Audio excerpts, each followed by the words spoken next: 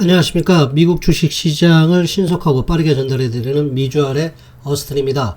오늘은 오늘 아침에 있었던 제롬 파월 미 연준 의장의 국회에서의 진술 내용에 대해서 한번 간단하게 요약하고, 이러한 진술 내용이 향후 어떻게 주식시장에 작용할지에 대해서 간단하게 생각해보는 시간을 가져보도록 하겠습니다. 제롬 파월 미 연준 의장이 오늘 의회에서 이제 얘기한 내용을 주요 골자들을 이렇게 한번 이제 블랙 포인트로 한번 정리를 해봤습니다. 그 중에서 우선 uneven and far from complete.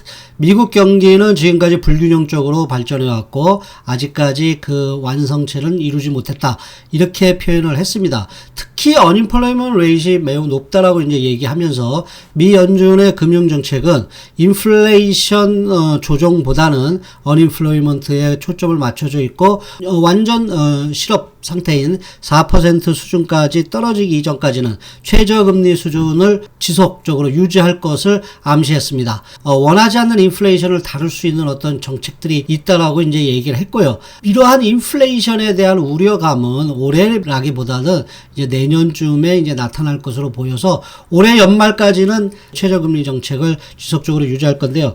이처럼 최저금리 정책을 유지함에 따라서 시장에 리퀴디티가 이제 풀리고요. 그러다 보면 그 갈 곳 없는 현금이 크립토 시장이라든지 주식 시장이라든지 부동산 시장이라든지 이런 곳으로 각각 찾아다니면서 버블을 이제 형성하고 있는 것입니다. 세네터가 이렇게 버블 현상에 대해서 안 좋게 얘기한 거에 대해서 제롬 파월 의장은 No one can really identify an asset bubble, 어떻게 이런 부분을 정확하게 알 수는 없다라고 얘기하면서 버블에 대한 우려감은 회피 내지는 자기의 영역이 아닌 것을 얘기했습니다.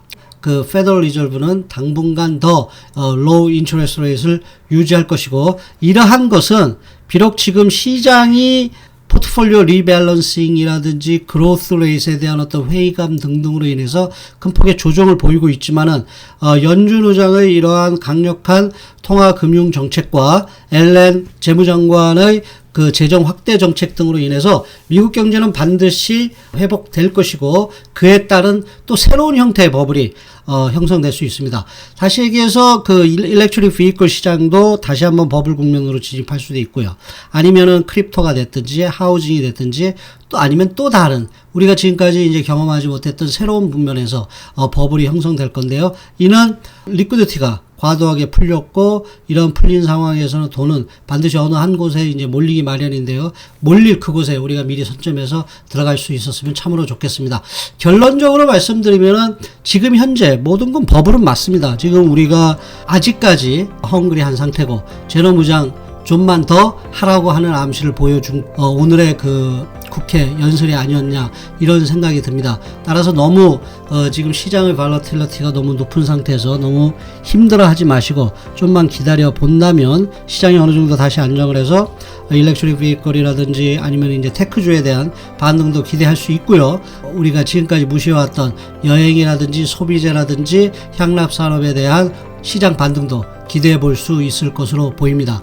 이상으로 오늘 있었던 제롬 파월 의회 진술 내용을 정리해봤습니다. 지금까지 미국 주식시장을 신속하고 알기 쉽게 전달해드리는 미주알의 어스틴이었습니다. 감사합니다.